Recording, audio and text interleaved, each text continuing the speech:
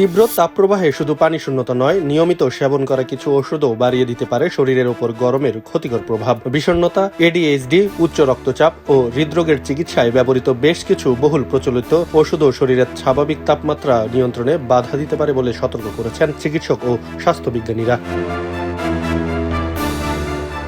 বিশেষজ্ঞদের মতে এসএসআরআই ও এসএনআরআই এর ধরনের অ্যান্টিডিপ্রেসেন্ট অতিরিক্ত ঘাম ও পানিশূন্যতার ঝুঁকি বাড়াতে পারে। আবার ট্রিসাইক্লিক অ্যান্টিডিপ্রেসেন্টস ঘাম কমিয়ে শরীরে অতিরিক্ত তাপ বের হওয়ার স্বাভাবিক প্রক্রিয়া ব্যাহত করতে পারে। এছাড়া অ্যান্টিসাইকোটিক ঔষধও শরীরকে ঠান্ডা করার স্বাভাবিক প্রক্রিয়ায় বাধা দিতে পারে। এডিএইচডি এর চিকিৎসায় ব্যবহৃত ঔষধ শরীরের তাপমাত্রা উৎপাদন বাড়াতে এবং রক্তনালী সংকুচিত করতে পারে। উচ্চ রক্তচাপ ও হৃদরোগের ওষুধের মধ্যেও রয়েছে ঝুঁকি। ডিউরেক্টিস, এসি ইনহিবিটরস, এআরবিএস এবং বিটা ব্লকার পানিশূন্যতা, ইলেকট্রোলাইটের ভারসাম্যহীনতা এবং শরীর থেকে তাপ বের হওয়ার ক্ষমতা কমাতে পারে। একাধিক ওষুধ একসঙ্গে গ্রহণ করলে ঝুঁকি আরও বাড়তে পারে। বিশেষ করে বয়স্করা বেশিতে ঝুঁকিতে রয়েছেন।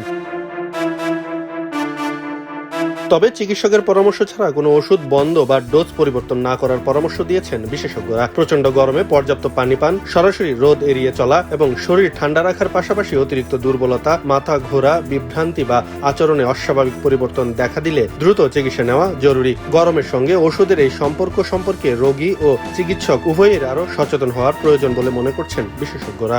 খবরের কাগজ, নিখাদ, নির্ভীক, নিরপেক্ষ।